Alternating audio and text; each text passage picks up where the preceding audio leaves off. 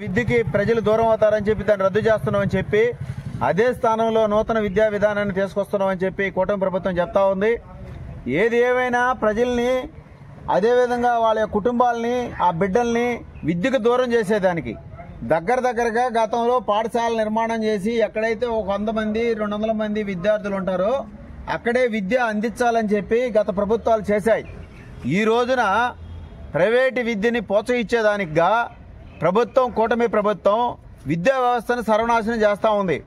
అందుకోసమే ఈరోజు ప్రజా సంఘాలు ఒకటిగా ముందుకు పోతూ కోవూరు మండల కేంద్రంలో ప్రభుత్వం ఈ అనాలోచిత నిర్ణయాన్ని వెనక్కి తీసుకోవాలని చెప్పి ఈరోజు అర్జీ సమర్పించబోతున్నాం.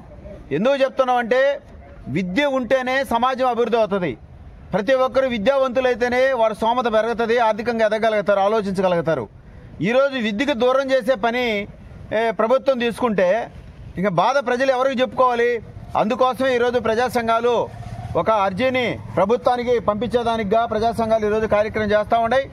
ఫ్యూచర్లో దాని మీద ప్రభుత్వంగానే ఆలోచించి దాన్ని పునరాలోచించకపోతే తగిన మూల్యం ప్రభుత్వమే చెల్లించుకోవాల్సి వస్తుంది ప్రజల నుండి. అందుకోసం ఈ విజ్ఞప్తిని ప్రజలకి సందేశంగా వచ్చిన మీడియా మిత్రులకు కూడా ధన్యవాదాలు తెలియజేసుకుంటూ ముగిస్తా ఉన్నాం. సోదరులారా, నా పేరు ఎస్కే చాన్ బాషా.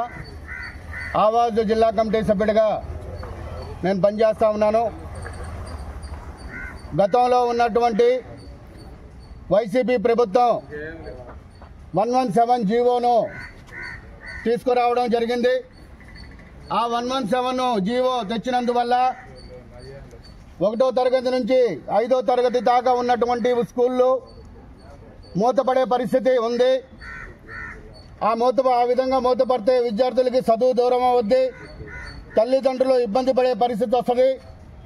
ఆ విధంగా కాకుండా 117 జీవోను రద్దు చేయాలని చెప్పి ఆవాజు జిల్లా కమిటీ వైపు నుంచి జిల్లా మొత్తం మీద కూడా ఈ 117 జీవోను వ్యతిరేకిస్తూ ఆవాజ్ ఆధ్వర్యంలో ఈరోజు ప్రతి ఒక్క మండలంలో తహసీల్దార్ గారికి వినతి పత్రం ఇవ్వాలని చెప్పి అనుకున్నాము.